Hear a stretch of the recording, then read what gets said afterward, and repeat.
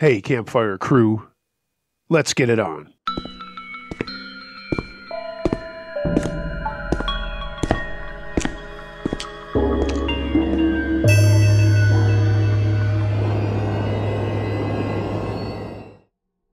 My Boyfriend Believes Now by Open Strawberry 1664. My boyfriend and I heard my voice, but it wasn't me? Paranormal or parallel? Believer and previous non-believer seeking opinions. I've experienced a few small nods towards the paranormal in my life. I'm a 20-year-old female, although my boyfriend, a 21-year-old male, has never. Today we're both very much believers in anything and everything you've got to say, so please, let me know if you've had similar experiences or any advice on what our next step should be. Otherwise, enjoy our lives changing in 10 seconds. My boyfriend and I were playing video games in our bedroom on my birthday 5 nights ago for probably an hour or so. He was in our bed playing Xbox, and I was on my PC not even a foot away. When we finally got off the game, we both took our headphones off, and he looked at me saying, "You want to smoke a bowl?" I responded with yes, and joined him on our bed. Around 10 seconds after he initially asked me to smoke, he went to grab his phone and I was just looking at him. The whole house was silent as it was 11:30 p.m. Then a female-sounding voice, almost identical to mine but not quite, clear as day said, "Can we take a bowl?" I wasn't expecting to hear my own voice, so I still didn't know if I was trying to think it wasn't, but we both heard it. It was only a few words off of what my boyfriend said, so we first thought maybe it was a recording, a hacker, device relay, Alexa, the cops. We truly have been over everything, and it's a dead end every time. It was a completely different sentence altogether, so we got over that option very quickly.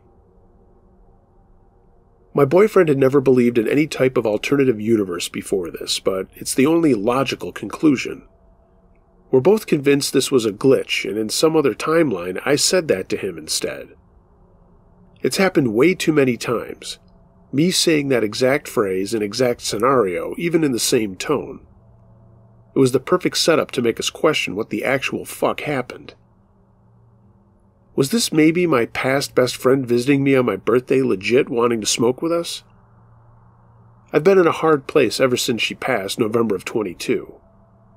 Begging for communication or really anything from her. Could this possibly have been a good reason for spirits to come right in instead? A mimic? A ghost? A demon?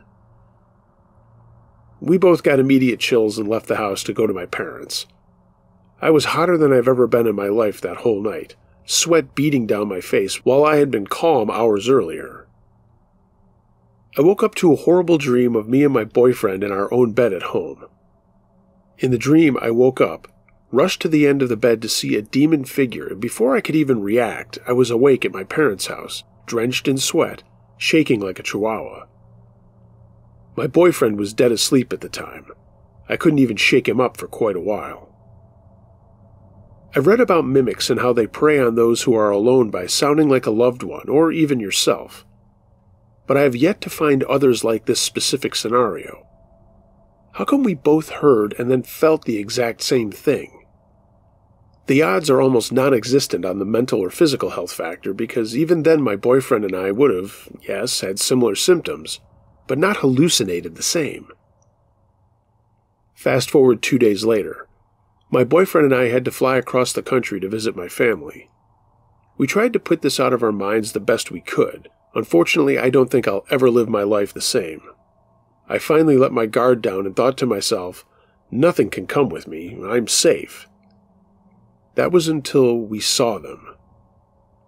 My boyfriend pointed out an older lady, very witchy-like, the kind you see and just know they have too much knowledge, you know?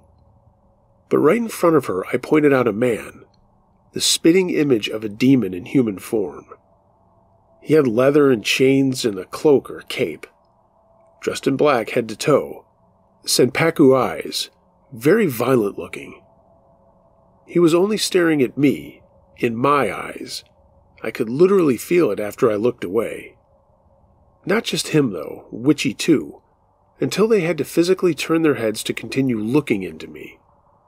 Spooky enough, right? Well, just get this fucking mindfuck. My boyfriend didn't see the guy. Now you tell me how in the world he saw this witchy older lady staring at me 2 feet away from the man in front of her, and he didn't see him? Once we shared our concerns and agreed that this was not normal, I realized I could just be losing my mind, or I was being watched.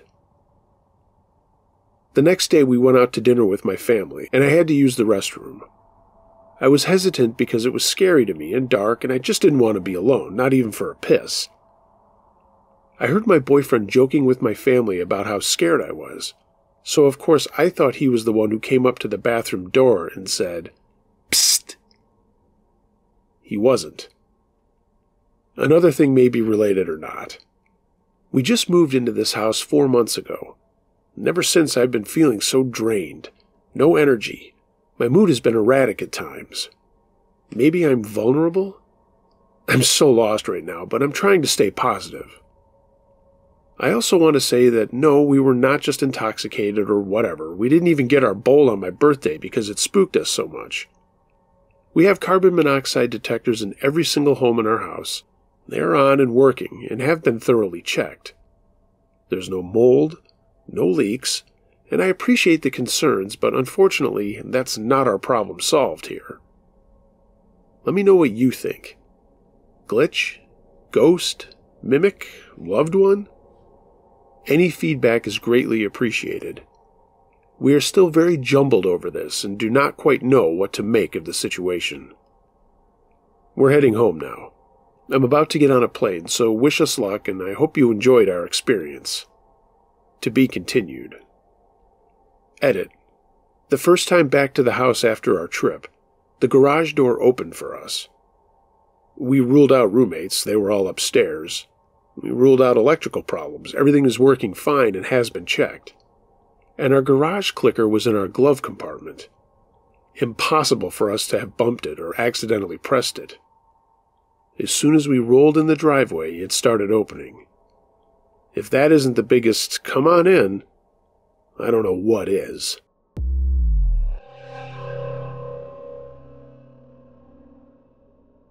Appalachian Mountains by Francis Payne. So I want to start off by saying that I'm a very skeptical guy.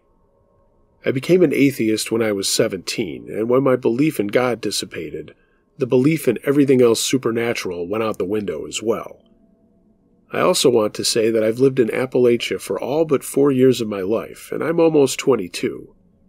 And I've never experienced any of the creepy things people say about the Appalachian Mountains. Until the story I'm about to tell you. Toward the end of last year, 2023, me and 2 of my friends had sort of a simultaneous quarter-life crisis, which eventually led us to getting rid of almost all of our belongings, quitting our jobs, leaving our apartments, and living out of our cars and door-dashing around the country. On our first night on this big trip, we went to stay with a friend of one of my travel mates. She lived in Tennessee in the Appalachian Mountains, the Smoky Mountains specifically, which, for those of you who don't know, is like a subcategory of the Appalachians. She lived off a back road in the middle of the woods. The first night we were there, she had told us that there were strange occurrences on the property. The house was haunted, and there was something in the woods. She had told us that whatever was in the woods liked to hang out around her shed. She said that one night she was walking up onto her porch when she got the overwhelming feeling of being watched. Becoming fed up with whatever it was, she screamed something along the lines of, "Go the fuck away," right out into the woods, only for something to scream it right back at her. She claimed to have seen it one night from her kitchen window. She said this thing was peeking around the shed, staring at her. It wasn't an animal, but it wasn't human either. Out of curiosity, I asked her to describe whatever the creature she saw was in more detail, but she refused. Me, being the skeptic that I am, basically disregarded everything she said, and I forgot about it. Because it was our first night on the trip, it was so fun and new to us that we wanted to sleep in our cars, which were parked right in front of the shed I mentioned earlier. Yeah, that shed. We hadn't yet made window covers, so we were sleeping in 3 SUVs with uncovered windows completely surrounding us. But I had no issue with this. I thought the worst that could happen would be that I'd wake up with a bear staring at me. So, I went to bed peacefully and woke up in the middle of the night, really needing to pee. I got half-dressed, put on my shoes, left my car and walked to the edge of the woods. I did my business and got back in my car and went back to sleep. I didn't have a single care in the world. No uneasy feeling, no feeling of being watched, nothing. The next night I once again woke up really needing to pee. So, just like I did the night before, I sat up in bed, put on my pants and got my shoes ready and reached for the door handle. But I couldn't do it. It was like every hair on my body stood on end and I got this overwhelming feeling of dread and foreboding. Now, I had a makeshift bed in the back of my SUV, on top of all the back seats that I had flipped down. So I was sitting there on my bed, looking around through all of my uncovered windows. I couldn't see anything outside except for some faint outlines of trees and the glints off my travel mates' cars. I neither saw nor heard anything that should be putting me on edge. I reached for the door handle again, but I once again got that terrible feeling. I continued to look around and tried to reach for the door and withdrew my hand. I finally gave up and said, screw it, and I just peed into an empty water bottle. The next morning, I got up and was talking to my travel mates, and one of them mentioned waking up in the middle of the night out of nowhere and experiencing this overwhelming feeling of being watched. She sat up in her makeshift bed and looked all around, only to see nothing. I can't lie. When she said that, I got a bit of a knot in my stomach. I asked her what time it was when that happened, and she estimated that it was around the same time that I woke up, around 3 a.m. I then told both of them about my experience, and we were all a little freaked out about it. When we were headed out to our cars the following night, we noticed that all of the homeowners' 5+ outdoor cats were all sitting on our front porch, which we hadn't seen the last 2 nights. Previously, they would all be scattered around the property, if they were even in sight. We thought them all sitting there was weird, but we didn't think too much about it. We all climbed into our cars and said our goodnights on our walkie-talkies. It was a pretty warm and muggy night for October, so we all had our battery-powered fans running. One of my friends frustratedly reported that her walkie-talkie was dying. Then, my other friend reported that her fan had died. Then my walkie-talkie started dying. And it continued until in the span of 5 minutes, all of our electronic camping gear, walkies, flashlights, and fans, had all died. Finding this incredibly creepy, we all decided that we should just sleep in the house to be better safe than sorry. We gathered up our things to move inside, when I began to hear what sounded like something large walking through the leaves in the woods. I kept stopping what I was doing and looking towards my friends who were standing right by the woods. They seemed unbothered every time, so I just continued doing what I was doing. That was when I heard a louder noise coming from the woods, and I finally decided to walk over to my friends. Turns out one of them was standing watch while the other one gathered the rest of her things. Me and my friend stood there watching my other friend's back, and it kept sounding like whatever was in the woods kept getting closer to us. Soon enough, my friend had gathered all her things and we calmly but quickly went into the house. From what I can remember, we slept in the house the following night as well. But the night after that, one of my friends borrowed some sage from the homeowner and saged all along the wood line and around our vehicles before we got ready for bed. We slept perfectly fine for that night and every night after. No more weird feelings, noises, or anything. Of course, we were perpetually on edge from then on, but it was never quite the same feeling of dread and foreboding that I had felt before. To be honest, I don't know what to make of all of it. I know I didn't see anything, but the feeling I got was unlike anything I had ever experienced. That was the first and only time in my life where I'd gotten that feeling, especially just out of nowhere. I've told this story a few times now, and I've had people tell me that it was just a bear. But I don't think a bear would give me that sort of instinctual feeling of danger when I couldn't even hear or see it. And I'm fully aware that I may be biased now, but I've lended a bit more credibility to the homeowner's stories after our experience. For those of you that are curious, no, we are not still on the trip. Unfortunately, the whole thing went downhill after a couple of months, and we are now integrating back into society. We are, however, all still friends. And no, we did not experience anything like that again, despite staying at several campgrounds in the middle of the woods and other parts of the Southeast.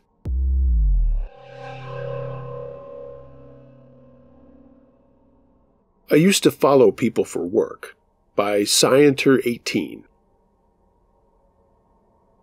I used to be a surveillance investigator for insurance claims, work injury stuff, to see if people who claimed to have been hurt at work and were collecting free money and weren't actually injured.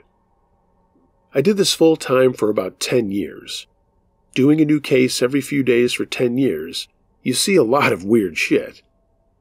For example, one time I saw drug dealers in a downtown city literally riding horseback. You see scary stuff too, obviously, if you're in bad neighborhoods. My scariest encounter went down about 20 years ago. This was a case in a somewhat rural area which was always the toughest. I got there at 6 a.m. to see what cars were in the vicinity and ran their plates to see if they matched the person. Then I mostly just watched for the registered vehicle to depart if I found one. This place had one car in the driveway with no plates, which actually was quite unusual. In most cases, I was provided with the age, height, and weight of a person, and in rare cases a picture. So I knew this was a guy in his mid-30s, average height and weight. The first day it turned out he left before I got there. The protocol is if you can't confirm they are home by 10 a.m., 4 hours on site, you literally need to knock on their door to confirm if they are home. I usually pretended to be a UPS driver in a costume and a dollar store item in an envelope with a clipboard. Surprisingly, that always worked. But anyway, no one was home this time. On the second day, I came back at 5 a.m., and lo and behold, a second vehicle was there, a truck, also with no plates. The dude came out around 5:30 a.m. and left. I followed him, but he was immediately wise and knew he was being followed, which usually means they're up to no good. An example, working while collecting insurance disability money, also known as insurance fraud. I let him go while trying to be discreet about it. I came back the third day in another car, which I also sometimes had to do. This time he left again early, and I successfully followed him to a farm in the neighboring rural hills. In short, I busted his ass on video doing heavy-duty farm work for several hours. He eventually caught on and realized he was being watched. I took off from my parked position and thought there was no way he could suddenly get off his tractor, run to his truck, and get to me as there were driveways and stuff between us, and also a creek. Somehow, he was then suddenly on my ass in his truck in some scary-ass rural mountain roads. I was scared shitless and kept driving, and somehow I made it to the freeway. I had literally been lost in the mountains. On the freeway, he followed me for miles, and I couldn't shake him. He would pull beside me at times and flex his arm and gesture to pull over. Dude was actually pretty scary looking, and I had evidence on him that would cost him in more ways than one. I called 911 and reported a drunk driver endangering me, but was surprisingly told the officers were in between shifts and couldn't help. There was an easy pass bridge about 20 miles up if I got that far, and at first I thought I could lose him there if he didn't have the easy pass. But then I realized that he had no plates, so it didn't matter. Anyway, after many miles I was finally able to shake him, but he remained pretty close behind. I exited the freeway and found a gas station. A cop was there, and I reported this guy in his truck. The cop made a call, and I didn't see this guy pull up. Shortly thereafter, I gassed up my car and left and drove home and submitted my report. I'm sure his free insurance money ended at the very least. The scariest part, actually, is that I was worried this guy had my license plate and could run it somehow, as I was able to do for work, and then he could locate where I lived. I began to research him online. Sometimes in that line of work, you learn the potential insurance fraud of the person you are following is the least of their criminal endeavors. Well, I learned this guy was a hardcore convicted felon who had been in federal prisons and was a gang member and hard drug user and dealer. I was scared, but nothing happened over the next few years, and I eventually forgot about it. But about 5 years later or so, I had a case in the same rural area again and thought about that guy. I wanted to Google him to see what the police blotters revealed about him in the last few years. So I Googled him and discovered he was actually dead. I learned that a couple years prior, he had taken his girlfriend hostage with a gun, killed someone who tried to help her, and then was killed himself by another person who actually saved his girlfriend. I don't need to be worried about meeting him again.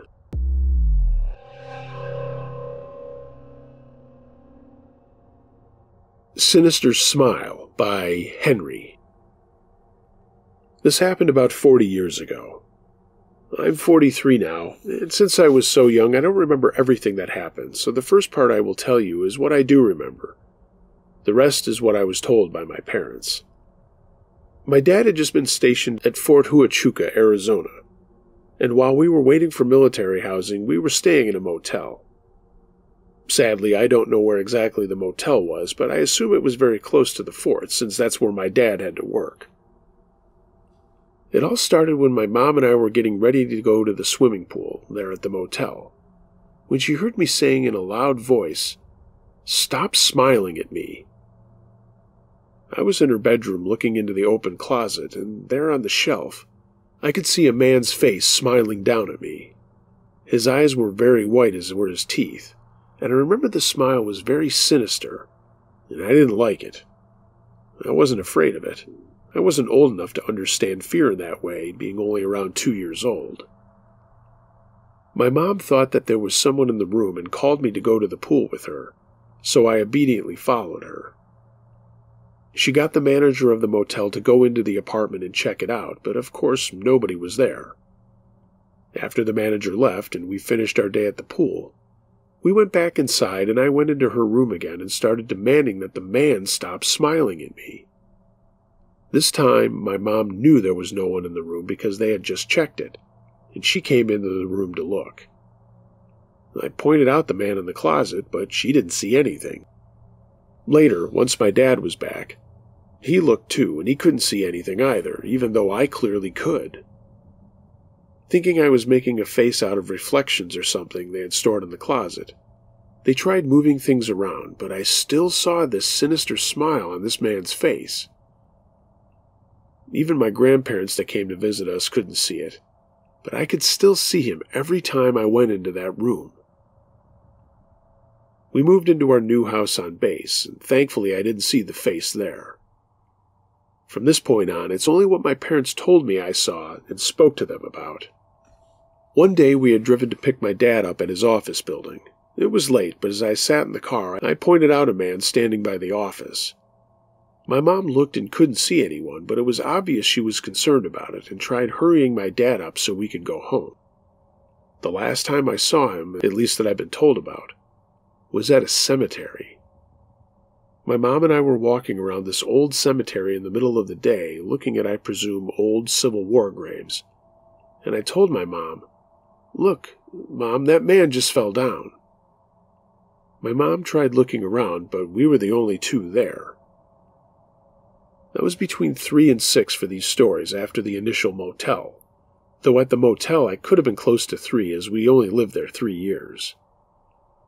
My mom found it strange how I had always described this man, because as far as she knew, she had never met a man like that at any point in time. I never saw anything else like that after we moved, and though I don't remember most of it, I can remember seeing that man in the closet, just his head, staring down at me with that sinister smile that haunts my memory still. I'm curious if anyone else has had or seen an experience like this down in the Arizona area. I would love to visit that area again, just to see if I can see anything again, though I'm pretty sure I wouldn't.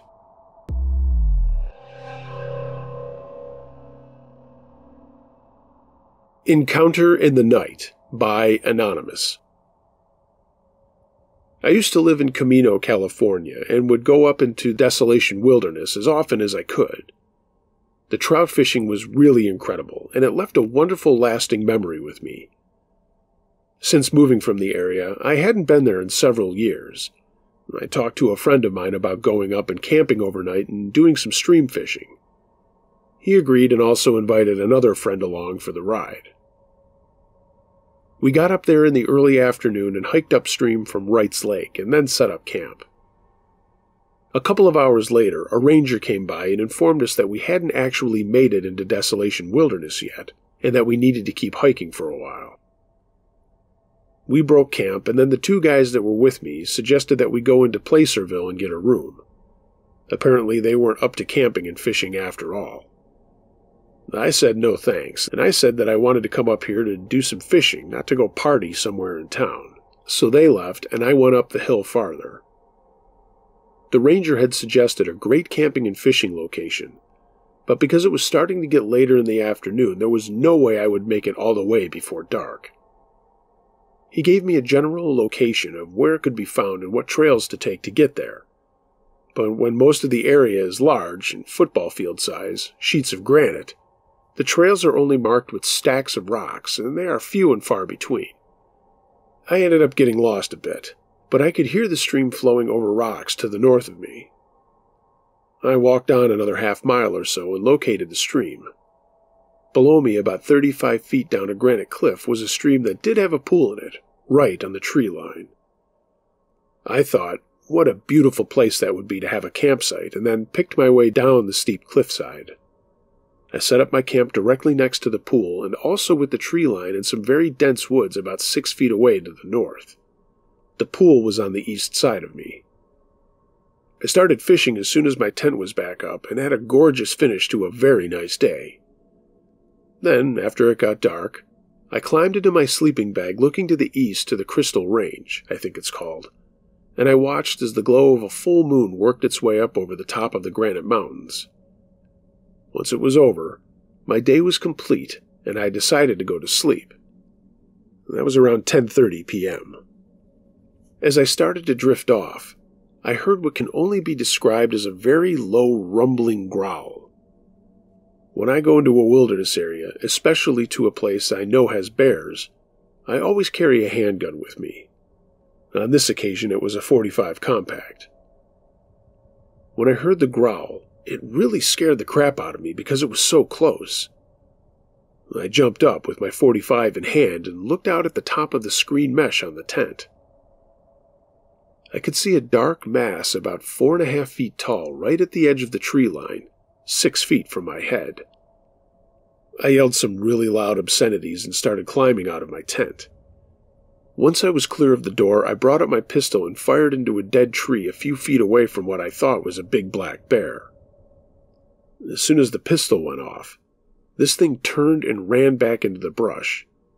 But it didn't seem to go very far, and that concerned me. Bears will usually run like heck for a long time when they get a shot that close. This seemed to go maybe 50 feet or so into the very thick brush. I could hear it thrashing about as it moved deeper into the trees. But then it just stopped. It all went quiet for about 15 minutes or so, and then I tried going back to bed. Shortly after, I started hearing what sounded like somewhat large rocks hitting in the water just above the pool I was camped beside. It would happen every couple of minutes or so. It was the sound of not only the splash, but also of the rock hitting other rocks submerged in shin-deep water. You know, that cracking sound. This really concerned me. Thinking the bear may be circling my campsite and trying to get at me from a different angle, I got out of my tent on several occasions and was trying to see if I could make out any movement on the other side of the stream. but there was nothing. I usually keep a small flashlight in my tackle box, which I had, but it was one of those small shake-it, and it charges up the cell and lights up for a few minutes. Not much of a flashlight, really. And worse yet, the handle is clear, and so when I would turn it on, the handle would light up too, actually making it harder to see. I had a full moon, though, and the area was surrounded with stark white granite slabs, and so except in the darkest of the woods, I could see pretty clearly. Things went on, and now it was around 2 a.m. That's when I got another visit. I didn't get to see it this time, but I heard movement really close to my tent again. Same place as the first time. And when I yelled at it, I got a return of something that sounded like a oof, oof, but really deep sounding. I jumped out of my tent again, thinking I was going to see it again, but I didn't. Still, I put another shot into the dead tree, and off this thing went crashing through the brush again. And again, it only went back about 50 feet. There was something odd about the way it sounded when it was running, too. I didn't catch what it was, though, until I later heard sounds of bipedal creatures walking in the woods. That was for certain. This thing was only on 2 feet. It concerned me enough to realize that it didn't sound like a four-legged animal at the time, but I didn't know it was different until I heard those other recordings. Anyway, still thinking I was dealing with a rogue bear, I started trying to figure out what it wanted with me.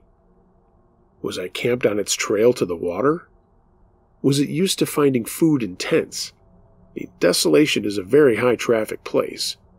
This particular place was a way off the trail, and it didn't appear to have much in the way of hikers. Hikers usually leave some kind of a sign that they've been there, trash, fish hooks, something to say that they were there before.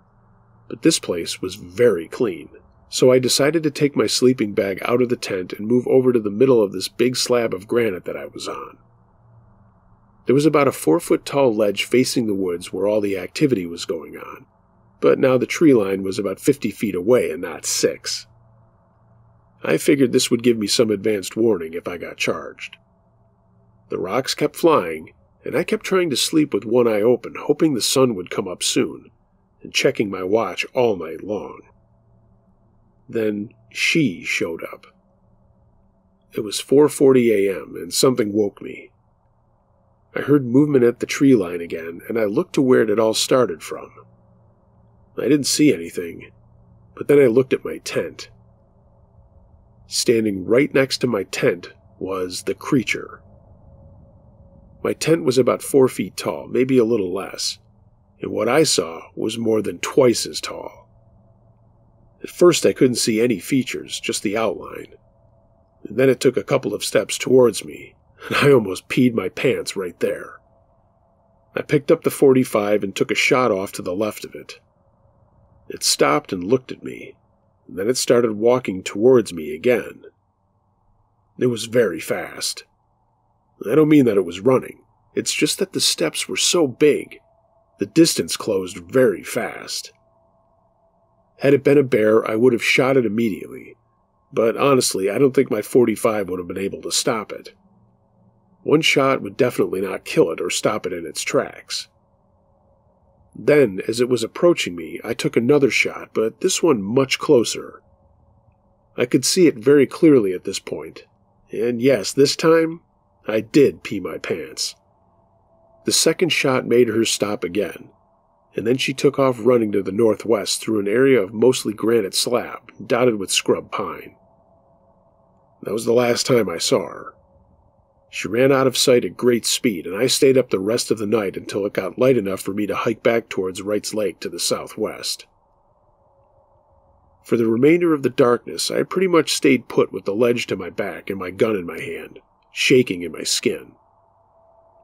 I haven't been able to sleep right since that night, and for the next couple of months after the incident, I couldn't sleep at all. Every time I closed my eyes, I would hear the growls and the rocks splashing, and then see her coming at me. I would be willing to take someone back up there to show them where it happened, but only during daylight hours. I've been a hunter and fisherman most of my life, and have seen what I thought was every animal in the woods at one time or another. Nothing like this has ever shown its face before, and I hope it never does again.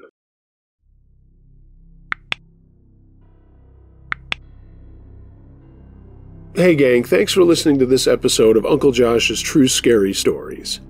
If you have a true scary story of any nature that you'd like to hear narrated on this channel or my podcast, email it to unclejosh.truescarystories@gmail.com. I read them all. Please like, share, and subscribe to my channel. Hit the notification bell for every time that I upload. And of course, follow me on social media. Links to that are in the description below.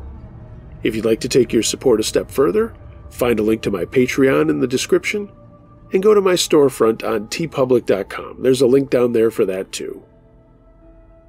Everyone, be excellent to each other, and until next time, be wary of things that go bump in the night.